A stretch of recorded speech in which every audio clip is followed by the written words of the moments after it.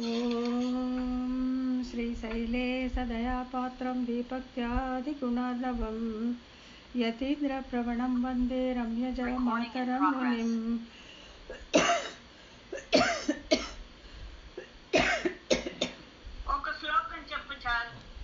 रम्यजामातृयोगीन्द्रमातरेकामयं सदा तदा यत्तात्मसत्तादिं रामानुजमुनिं भजे நாயனார் திருவடிகளே சரணம். அனைவருக்கும் வணக்கம். இப்போ நடுவில் ஒரு 2-3 கிளாஸ் விட்டு போயிடுச்சு அன்ஃபார்ச்சுனேட்லி. பட் என்னென்னா அதில் நம்மாழ்வாருக்கு இப்படி பிரபாவம் ஏற்பட்டது அப்படிங்கிறது தான் பார்த்துட்டு இருந்தோம். அவர் உபாயங்கள் ஈடுபட்டாரா, இல்லை சரணாகதியா, இல்லைன்னா அதெல்லாம் எதுவும் இல்லை அப்படின்னு சொல்லிட்டு இது பகவானே செய்த அந்த கிருஷ்ணனுடைய பலன், அவன் செய்த அந்த பக்தி பயிர் விளைவுதான் இது அப்படின்னு சொல்லும்போது, அப்படி இருக்கும்போது இது ஏன் எல்லாருக்குமே இருக்கக்கூடாது, ஏன் நம்மாழ்வாருக்கு மட்டுமே இருக்கணும் அப்படின்னு பார்க்கும்போது, இந்த பட்டத்து யானையும் அரசனும் செய்வது அறிய மாட்டார்கள், அவர்களை ஏன் செய்கிறீர்கள் கேட்பதற்கு வழி இல்லை அப்படின்னு சொல்லி அந்த உதாரணத்தின் வாயிலாக பார்த்தோம். சரி, அதுக்கும் மேலே இப்படி பூர்வ ஜென்ம கர்மம் இந்த ஜென்ம கர்மம் எதுவுமே இல்லைன்னு சொன்னாலும் இந்த யாத்ருஷிகம் பிராசிங்கிகம் என்னும் சொல்லக்கூடிய புண்ணியத்தை போன்ற ஒரு செயலாவது உண்டா, அதை ஏறிட்டு எம்பெருமான் இவர் அங்கீகரித்தனான்னு பார்த்தா அதுவும் இல்லை அப்படின்னு சொல்லி பார்த்துட்டு, சரி இதுக்கும் மேலே ஏதாச்சும் ஒரு காரணம் உண்டா, ஏன் நம்மாழ்வாரை குறிப்பாக எம்பெருமான் இவ்வாறு அங்கீகரித்தார் அப்படிங்கிறதுக்கு இன்னும் மேற்கொண்டு 2-3 காரணங்களை ஆராய்ந்து அதுவும் இல்லை, இது எம்பெருமானுடைய நிர்ஹேத்துக கிருபையே அப்படிங்கிறது நம்ம கடைசி வரைக்கும் பார்க்க போகிறோம். இன்றைக்கி நம்ம பார்க்குறது 108வது சூத்திரம். 108வது சூத்திரம் பக்கம் 91. இறைவன் இவரை அங்கீகரிப்பதற்கு இவரிடம் நல்வினைகள் ஏதுமில்லாமல் போனாலும் போகட்டும், அத்வேஷம் ஆபிமுக்கியம் போன்ற நல்வினைகளால் இந்த அங்கீகாரம் ஏற்பட்டிருக்குமோ என்பதற்கு இந்த சூத்திரத்தில் பதிலளிக்கப்படுகிறது. சரி, இவர் பக்கத்தில் ஒன்றுமே, அதாவது அவர் தெரியாமல் யாத்ருச்சிகமாக செய்தது கூட இல்லாமல் போகலாம், அப்படி கூட போகலாம். ஆனாலும் அத்வேஷம் ஆபிமுக்கியம், அதாவது எம்பெருமானிடத்தில் வெறுப்பு இல்லாமல் இருக்கக்கூடிய அத்வேஷம் ஆபிமுக்கியம், அவனுடைய விஷயத்தில் ஈடுபாடு, இது ஏதாச்சும் இருந்ததா, அதை பற்றாசாக கொண்டு எம்பெருமான் நம்மாழ்வாரை அங்கீகரித்தானா அப்படிங்கிறது இந்த சூத்திரத்தில் பார்க்க போகிறாங்க. சூத்திரம் என்ன சொல்கிறதுன்னாக்கா, செய்த நன்றி தேடி காணாதே கெடுத்தாய் தந்தாய் என்று அத்வேஷ ஆபிமுக்கியங்களும் சத்கர்மத்தால் அல்ல, அதுவும் இல்லைங்கிறாங்க. அந்த அத்வேஷம் ஆபிமுக்கியம் கூட இல்லை அப்படிங்கிறத அவருடைய பாசுர வரிகளை கொண்டே நிர்ணயம் செய்யாருங்க நாயனார். இப்போ இந்த சூத்திரத்தை எப்படி பிரித்துக்கணும்னாக்கா, செய் நன்றி தேடி காணாதே, கெடுத்தாய் என்ற அத்வேஷம், தந்தாய் என்ற ஆபிமுக்கியம், சத்கர்மத்தால் அல்ல, இப்படி பிரிச்சுக்கணும். இந்த அத்வேஷம் ஆபிமுக்கியம் கூட நம்மாழ்வாருக்காக அவருக்கு ஏற்பட்டதல்ல, அதுக்கும் எம்பெருமானவே காரணமாக இருந்தான் அப்படின்னு சொல்றதுக்கு வராங்க. அத்வேஷம்னா வெறுப்பு இன்மை, துவேஷம்னு சொல்றேன் இல்லை, இப்படி துவேஷம் பாராட்டுறாங்களே, வெறுப்பு காரணம் இல்லாமல் ஒருவரை நாம் வெறுப்பது தான் துவேஷம். அப்போ அத்வேஷம்னா அந்த துவேஷம் இல்லாமல், வெறுப்பு இல்லை, பெரிய பிரியங்கூட இல்லாமல் இருக்கலாம், ஆனால் வெறுப்பு கிடையாது, எம்பெருமான் திறத்தில் வெறுப்பு கிடையாது, அந்த அத்வேஷம் அது சொல்கிறாங்க. அப்புறம் வெறுப்பின்மை மருவி தொழு மனதை உடையவனாக இருக்கை, அந்த துவேஷம் இல்லாட்டி தானே சரி இவரை கும்பிடு அப்படின்னாக்கா, அவரை பிடிக்கவே பிடிக்காதன்னு நீ கையெடுத்து அவரை கும்பிடவே மாட்டேன் இல்லையா. ஆனால் அந்த துவேஷம் இல்லைன்னா மருவி தொழு மனம், சரி கையெடுத்து கும்பிடக்கூடிய அந்த மனம், அதுக்கு தான் அத்வேஷம் அப்படின்னு சொல்கிறாங்க. ஆபிமுக்கியம்னா எதிர்முகமாதல், தீமனம் இல்லாதவனாக இருத்தல். எதிர்முகம், அவனுக்கு எதிரம்பு கோத்து திருவது, பகவான் என்னென்ன செய்கிறானோ அதுக்கெல்லாம் ஆப்போசிட்டாக எதிரம்பு கோத்து திருவது, அவனோட சண்டையிட்டு திருவது, அது இல்லாமல் இருப்பது. அதுக்கப்புறம் தீமனம் இல்லாமல் இருத்தல், தீமனம் பகவான் விஷயத்தில் ஒரு பொறாமை ஒரு வெறுப்பு, அதுதான் தீமனம், அதுவும் இல்லாமல் இருத்தல், இதுக்கு தான் ஆபிமுக்கியம் அப்படின்னு பேர். இப்படிப்பட்ட இந்த அத்வேஷமும் ஆபிமுக்கியமும் நம்மாழ்வாருக்கு ஒரு சமயம் அவருடைய நற்கர்மத்தால் ஏற்பட்டதோ அப்படின்ற கேள்விக்கு இல்லை, அதுவும் இல்லை அப்படிங்கிற இந்த சூத்திரத்தில் சொல்கிறாங்க. ஸோ அதுக்கு ஒன்னொன்னுத்தும் எந்த பாசுரத்துலேருந்து நாயனார் எடுத்திருக்காரு அப்படிங்கிறதைங்க காட்டியிருக்காங்க. செய் நன்றி தேடி காணாதே, வாட்டாற்றார்க்கு என்னன்றி செய்தேனோ என் நெஞ்சில் நிகழ்வதுவே அப்படின்ட்டு திருவாட்டாறுங்கிற திவ்ய தேச தெம்பெருமான் திறத்திலான பாசுரம். அவனுக்கு வந்து நான் என்ன நன்றி செய்தேன்னு எனக்கு தெரியல அப்படிங்கிறார் நம்மாழ்வார் தன்னுடைய பாசுரத்துல. அந்த வாட்டாற்றானுக்கு நான் என்ன நன்றி செய்தேன் தெரியல அப்படின்ட்டு, என் நன்றி செய்தேனோ என் நெஞ்சில் திகழ்வது. இப்படி வந்து என் மனசுல உட்கார்ந்துருக்கானே, நான் என்ன செஞ்சேன் அப்படின்ட்டு யோசிச்சு பார்க்குறாரு. அதுதான் வந்து அந்த உள் சான்று, இன்டர்னல் எவிடன்ஸ் சொல்றோம் இல்லையா. இதை வச்சுதான் வந்து அவருக்கு அந்த ஆபிமுக்கியம் இருக்கவில்லை அப்படின்னு காட்டுறாங்க. என்கிறபடி சர்வேஸ்வரன் தம்மை அங்கீகரித்ததற்கு காரணம் ஏதேனும் உண்டோ என்று தேடி அப்புறம் ஒன்றும் காணாததா. நம்மாழ்வார்க்கே தோணல, எப்படிதான் வந்து எம்பெருமான் என்னை இவ்வாறு அங்கீகரித்தான், ஏதாச்சும் இருக்கா, அத்வேஷம் இருக்கா, ஆபிமுக்கியம் இருக்காங்க போது அதெல்லாம் ஒன்றும் இல்லைன்ட்டு அவரே தன்னுடைய பாசுர வரிகளிலே அருளி செய்திருக்கிறார். கெடுத்தாய் என்னும் அத்வேஷம், என்னை தீமனம் கெடுத்தாய் என்று. என்னை தீமனம்னா துவேஷம். என்னை தீமனம் கெடுத்தாய் அப்படின்னு என்னுள்ள அத்வேஷத்தை உண்டாக்கினாய், உன்னிடம் வெறுப்பற்ற தன்மையை நீ உண்டாக்கினாய் அப்படின்ட்டு. அதுவும் அவனருளால் வந்தது, இவருடைய நற்கர்மத்தால் வந்ததல்ல அப்படின்னு சொல்றாங்க. அடுத்தது தந்தாய் என்ற ஆபிமுக்கியம். மருவித்தொழும் மனமே தந்தாய் என்ற ஆபிமுக்கியம். உன்னை வணங்கும் மனத்தை நீ எனக்கு தந்தாய். இது எனக்கு என்னுடைய நற்கர்மத்தாலோ என்னுடைய அத்வேஷத்தாலோ என்னுடைய ஆபிமுக்கியத்தாலோ வரல, அதுவே கூட உன்னருளாலே வந்தது அப்படின்னு சொல்லி நம்மாழ்வார் இங்கே சொல்றார். அப்புறம் சத்கர்மத்தால் அல்ல, மேலே கூறப்பட்ட இரண்டும் சர்வேஸ்வரனால் ஏற்பட்டவை என்று ஆழ்வார் உறுதியாக கூறுகிறார். என்னை மருவித்தொழும் தீமனம் தந்தாய், நீதான் எனக்கு அதை கொடுத்த. அதுக்கப்புறம் என்னை தீமனம் கெடுத்தாய், எல்லாம் நீதான் பண்ண. எல்லாம் சர்வேஸ்வரனுடைய கிருஷியை தவிர என் பக்கத்தில் ஒன்றுமே இல்லை என்று நம்மாழ்வார் தம்முடைய பாசுரங்களிலே காட்டி கொடுப்பதால் இந்த அத்வேஷம் ஆபிமுக்கியமை போன்றவும் காரணம் அல்ல. எம்பெருமான் இவரை அங்கீகரிப்பதற்கு அவை கூட காரணம் அல்ல அப்படின்னு சொல்றாங்க. சர்வேஸ்வரனால் ஏற்பட்டவை என்று ஆழ்வார் உறுதியாக கூறுவதால் இவையும் நல்வினை காரணமாக வந்தவை அல்ல, இவருடைய புண்ணிய கர்மாவால வந்ததே அல்ல. இதுவும் கூட எம்பெருமானே இவர் மீது ஏறிட்டு அதை பற்றாசாக கொண்டு இவரை அங்கீகரித்து இவரை ஆழ்வாராக ஆக்கினான் அப்படின்னு தான் சொல்ல வராங்க. அடுத்தது சூத்திரம் வந்து 109. ஆயின் இறைவன் பரமபக்திக்கு முகம் காட்டுவது போன்று எண்ணுகைக்கு முகம் காட்டுவான் எனப்படுகிறது. இதை ஆழ்வாரே அருளி செய்துள்ளாரே. ஒரு கால் இந்த எண்ணுகைதான் இறையருளுக்கு காரணமானதோ என்னும் வினாவிற்கு இந்த சூத்திரத்தில் பதிலளிக்கப்படுகிறது. எண்ணுவதுங்கிறதுக்கு ரெண்டு விதமா சொல்லுவாங்க. ஒன்று வந்து அவனை நினைப்பது, அவனை அவனை நினைத்து கொண்டே எண்ணுகை, திங்கிங். இன்னொன்று வந்து எண்ணுகை, அதாவது இந்த விசிஷ்டாத்வைத சித்தாந்தத்தில் பார்த்தீங்கன்னா அச்சித்து தத்துவம் 24, 25வது வந்து ஜீவாத்மா, 26வதாக இருப்பது வந்து எம்பெருமான். இந்த 26ம் சேர்ந்தது தான் அந்த மூன்று தத்துவங்கள். ஸோ அப்போ சொல்லுவாங்க இந்த மாதிரி இந்த 24 எண்ணிட்டு 25 ஜீவாத்மா 26வது எம்பெருமானா நீ என்னை அழைத்தாயா அப்படின்னு வந்து நிற்பாங்க. எண்ணுகை, கவுண்டிங். ஸோ எண்ணினாலும் வரும், எண்ணுகை கவுண்டிங் பண்ணாலும் வரும். அப்படி ஏதாச்சும் பண்ணியிருக்காரு ஆழ்வார், அதனால அருள் கிடைத்ததோ அப்படின்னா அதுவும் இல்லை அப்படின்னு சொல்றாங்க. எண்ணுகை அப்படின்னா எண்ணுதல், இங்க வந்து நினைக்கிறது தான் சொல்லியிருக்காங்க. மனசால எண்ணிலும் வரும் கணனைக்கு, எண்ணிலில் வரும் இனி என் வேண்டுவம் என்று எம்பெருமானின் குணப்பெருமை கூறினேனே தவிர அதுவும் என்னிடம் இல்லை என்கிறார் ஆழ்வார். எண்ணினால் வரக்கூடியவன் இவன்ட்டு அவனுடைய பெருமையை நான் சொன்னேனே தவிர எனக்கு இந்த எண்ணிக்கை பழக்கமாய் இருந்ததால் அதை காரணமாக வைத்துக்கொண்டு அவன் முகம் காட்டினான் என்பது இல்லை அப்படின்னு சொல்கிறார். எண்ணிலும் வரும் இனி என்ன வேண்டுவம் என்று எம்பெருமானின் குணப்பெருமை கூறினேனே தவிர அதுவும் என்னிடம் இல்லை என்கிறார் ஆழ்வார். அந்த எண்ணுகையாகிற செய்கையை கூட நான் செய்யவில்லை அப்படின்னு சொல்றார். எண்தானும் இல்லை நெஞ்சே கருமங்கள் வாய்க்கின்ற ஓர் எண்தானும் இன்றியே வந்தியலுமாறு கண்டாயே என்று ஆழ்வார் எண்ணிலும் வரும் என்று தான் எண்ணாத போதிலும் இறைவன் தந்தது குறித்து இவர் மூதலிக்கையாலே இந்த தகுதியும் இவருக்கு இல்லை என்று ஆயிற்று. நான் நினைக்கும் போதே அவர் வந்தார், பெருமாள் வந்தான்ட்டு மூதலிக்கிறார், சந்தோஷப்படுகிறார்.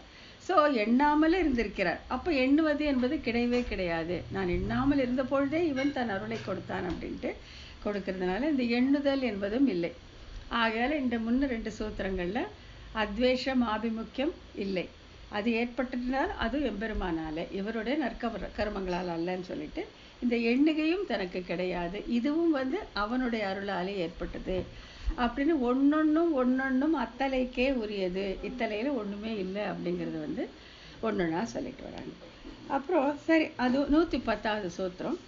போகட்டும், அதுவும் இல்லாமல் போகட்டும், வைத்தேன் மனத்து மதியால் என்னுள்ள தகத்தே என்று யானும் என் நெஞ்சமும் இசைந்து ஒழிந்தோம் என்று தமக்கு அனுமதியும் இச்சையும் இருப்பதை தாமே அருளி செய்கையால் இவற்றால் இறைவன் அங்கீகாரம் உண்டாயிற்றோ எனில் இவையும் தமக்கு இறைவன் அருளாலே உண்டாயிற்று என்று அவரே அருளி செய்கையாலே இதுவும் காரணமன்று என்று இந்த சூத்திரத்திலே அருளி செய்யப்படுகிறது. அதாவது நானும் என் நெஞ்சும் இசைந்து ஒழிந்தோம். நாங்கள் வந்து ஒத்துக்கிட்டோம், எம்பெருமான் வந்து எங்கள் உள்ளே இருப்பதற்கும் அவனை பாடுவதற்கு இஷ்டப்படுவதற்கும் இசைவு இருக்கணும். ஏன்னா பரமாத்மா வந்து அது எவ்வளோ பெரியவனாக இருந்தாட்டும், அவன் சர்வசக்திமான் எல்லாம் இருந்தாலும், சர்வ நியந்தாகவாக இருந்தாலும், இந்த ஜீவாத்மாவுடைய இசைவு இல்லாமல், இவனுடைய அனுமதி இல்லாமல் இவனை அவன் செலுத்துவதே கிடையாது. ஏன்னா அப்படிப்பட்டவனாக இருந்தால் எத்தனை யாரார வேணாலும் ஆழ்வாரா பண்ணியிருக்கலாம், எத்தனை பேர் ஆச்சாரியர்களை பண்ணியிருக்கலாம். இவருடைய இசைவு ஃபஸ்ட்டு வேணும். சரி, நீ எனக்குள்ளே இருக்கலாம், நீ என்னை செலுத்தலாம் என்று இசைந்து அவனோடு எதிரம்பு கோத்திருக்காமல் இருக்க வேண்டும். அந்த இசைவை பார்த்துதான் எம்பெருமான் மேற்கொண்டு இவனை செலுத்துகிறான். அந்த இசைவு இவருக்கு இருப்பது ஒரு சமயம். அதனால் எம்பெருமான் இவரை ஆட்கொண்டானோன்னா இல்லை, அதுவும் எம்பெருமானை எனக்கு ஏற்படுத்தி கொடுத்தான் அப்படிங்கிறத வந்து இந்த சூத்திரத்தில் சொல்றாங்க. மதியால் இசைந்தோம் என்று அனுமதி இச்சைகள் இருத்துவம் எண்ணாத என்னை இசைவித்த என்னை இசைவினது. அது இசைவு கூட இல்லாம தான் நான் இருந்தேன். ஆனால் என்னை இசைவித்து என் மனம் புகுந்து என்னை தீமனம் கெடுத்து மருவித்தொழும் மரத்தை தந்து ஆபிமுக்கியம் அத்வேஷத்தை உண்டாக்கி என்னை ஆட்கொண்டு என்னை இப்படி ஆக்கினான் அப்படின்னு சொல்லி ஆழ்வார் சொல்ல வர்றார். இந்த சூத்திரத்தை கீழ்கண்டவாறு பிரித்து கூட்ட வேண்டும். மதியால் என்னும் அனுமதி, இசைந்தோம் என்னும் இச்சை, இருத்துவம் எண்ணாத என்னை இசைவித்த என்னை இசைவினது அப்படின்ட்டு 4ஆ பிரிச்சுக்க சொல்றாங்க. மதியால் என்னும் அனுமதி நான் கொடுத்தேனா, ஆழ்வார் நான் கொடுத்தேனா இவன் வந்து இருப்பதுன்னா இல்லை, நான் கொடுக்கவே இல்லை, அனுமதியும் அவனை ஏற்படுத்தி கொண்டான். இசைந்தோம் என்னும் இச்சை, நானும் என் மனமும் இசைந்தொழிந்தோம் அப்படின்னா அந்த இச்சை வந்து எனக்கு ஏற்பட்டதா, இல்லை, அதுவும் எம்பெருமானை செய்து கொடுத்தது. இருத்துவம் எண்ணாத என்னை, சரி எம்பெருமான மனசுல வச்சுக்கலாம் அப்படிங்கிற புத்தி கூட இல்லாத என்னை இசைவித்த என் இசைவினது, அப்படி என்னை இசைவித்த அந்த எம்பெருமான் அப்படின்னு இதை வந்து சொல்றதுக்கு வராது. இசைவினது, இசைவு தானாக இருக்கின்ற இறைவனுடையது, அவனுடைய இயற்கையான இசைவு, எம்பெருமானுக்கு இவரை அடைய வேண்டும் என்கிற அந்த விருப்பம். மதியால் என்னும் அனுமதி, வைத்தேன் மதியால் என்னுள்ள தகத்தே என்று அனுமதி மாத்திரத்தாலே அவரை என் நெஞ்சத்துள்ளேன் வைத்தேன் என்கிற அனுமதியும். எவ்வளோ விஷயம் பாருங்க. அதாவது எம்பெருமான் எப்படி எடுத்துட்டு போறார், அந்த அனுமதி கூட இவரை எதிர்பார்த்து, ஒரு ஜீவனுடைய அனுமதியை எதிர்பார்த்து எம்பெருமான் இருக்கிறான். ஆனா நம்மாழ்வார் விஷயத்துல அந்த அனுமதி கூட அவனை ஏற்படுத்தி கொண்டான். அந்த அனுமதி கூட நான் சொந்ததில்லை அப்படின்னு சொல்லி ஆழ்வார் சொல்றதுக்கு வர்றார். யானும் என் நெஞ்சும் இசைந்தொழிந்தோம் என்று விரோதி போக்கும்படியாக நானும் என் நெஞ்சும் இசைந்தெழுந்தோம் என்கிற இச்சையும், இந்த அனுமதி இச்சை இவையெல்லாம் அந்த ஒரு இடத்துல சொல்லிட்டே வர்றாரு. இதை வந்து இது கூட நான் பண்ணல, அவனே ஏற்படுத்தி கொண்டான் அப்படின்னு சொல்றான். இருத்துவம் எண்ணாத என்னை யான் ஓட்டி என்னுள் இருத்துவம் என்றிலன் என்று சர்வேஸ்வரன் தம்முள்ளே புகுந்திருப்பதாய் கேட்டவுடன் தாம் இசைந்து அவனை உள்ளே இருத்துவோம் என்று இசையாத தம்மை. இது எல்லாம் ஒவ்வொரு ஸ்டெப்பும் ஒவ்வொரு அடி எம்பெருமான் எடுத்து வைக்கிறான் செய்யும் போது. அப்படி வந்து இவருடைய இச்சையும் அனுமதியும் எதிர்பார்க்காமலே வந்து இருக்கிறான்னு தெரிஞ்ச பிறகும் கூட சரி இவன் இருக்கட்டும் என்று கூட இசையாத என்னை. அப்போ எப்படி அந்த தீமனம் கெடுத்தாங்கிறதுக்கு இதெல்லாம் நம்ம உதாரணமா வச்சுக்கிறோம். அந்த மருவித்தொழும் மனம் தருவதற்கு இதெல்லாம் எம்பெருமான் ஒன்றொன்றாக செய்கிறான். யான் ஒட்டி என்னுள் இருத்துவம் என்றிலன், சரி வந்துட்டான், இனிமேலாச்சும் எனக்குள்ள வச்சுக்கலான்னு கூட நான் இருக்கவில்லை அப்படின்ட்டு தான் செய்ததை நினைச்சு ஆழ்வார் இங்கே வருத்தப்படுகிறார். யான் ஒட்டி என்னுள் இருத்துவம் என்றிலன், எனக்குள்ள வச்சுக்கலான்னு நினைக்கல என்று சர்வேஸ்வரன் தம்முள்ளே புகுந்திருப்பதை கேட்டவுடன் தாம் இசைந்து அடடா வந்துட்டான், எப்படியோ எனக்குள்ள வந்துட்டான், இருக்கட்டுமே அப்படின்ற அந்த இசைவை கூட நான் தெரிவிக்கவில்லை என்று ஆழ்வார் சொல்கிறார். அவனை உள்ளேயே இருத்துவோம். சரி பாவம், அவன் பாட்டுக்கு ஒரு பக்கம் இருந்துட்டு போகட்டும் என்று இசையாத தம்மை அதுக்கு கூட நான் ஒத்துக்கவில்லை. அப்படிப்பட்ட என் உள்ளே இருந்து என்னை திருத்தி தீமனம் கெடுத்து தன்னையே பாடுவித்து கொண்டான் அப்படின்னு கொண்டாடுறார்.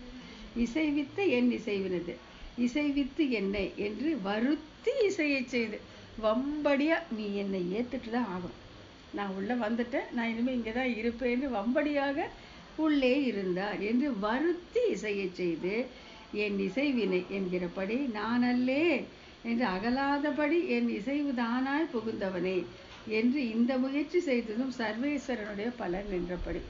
இவரை வலுக்கட்டாயமாக இசைவித்தான். இவன் உள்ள வந்துட்டான்னு தெரிஞ்ச பிறகு கூட சந்தோஷமா நம்மாழ்வார் சரி இவன் இருந்துட்டு போன்றோன்ற இசைவையும் அவன் தெரிவிக்கலை.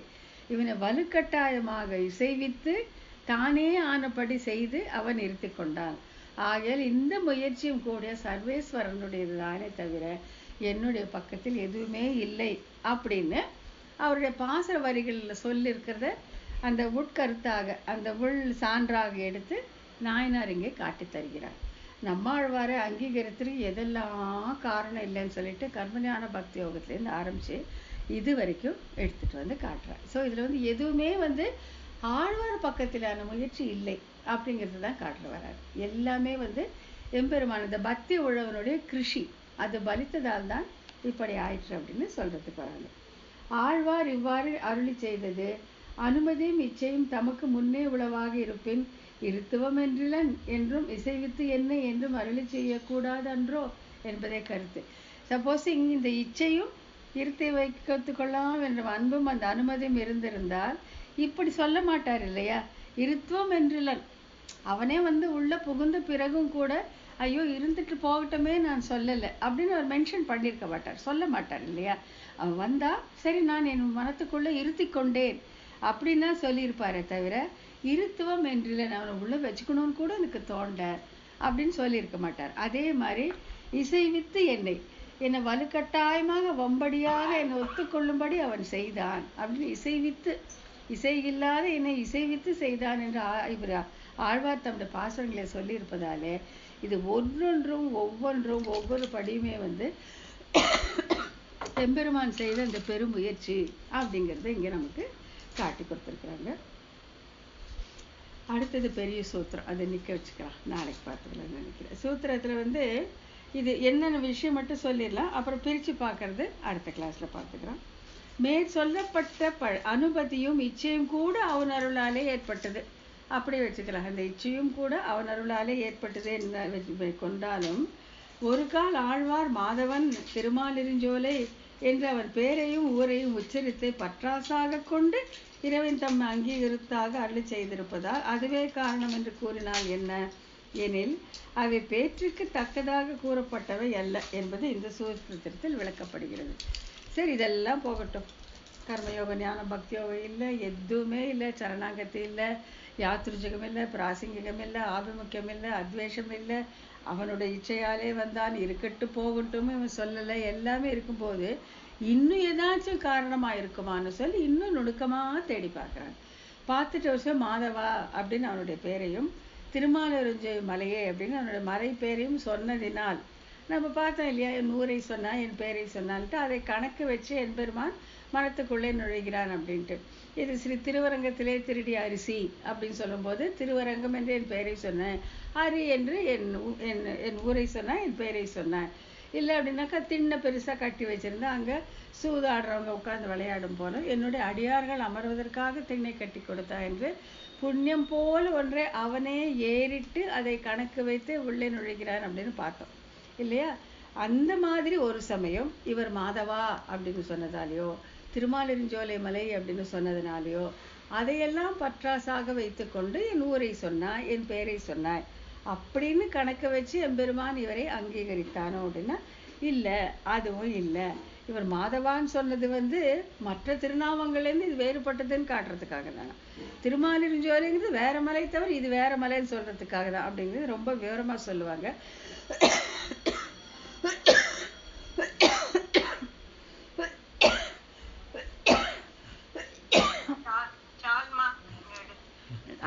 இந்த பிளாக் மன்னிக்கணும், க்ஷமிக்கணும். அடுத்த கிளாஸில் பார்த்துக்கிறேன்.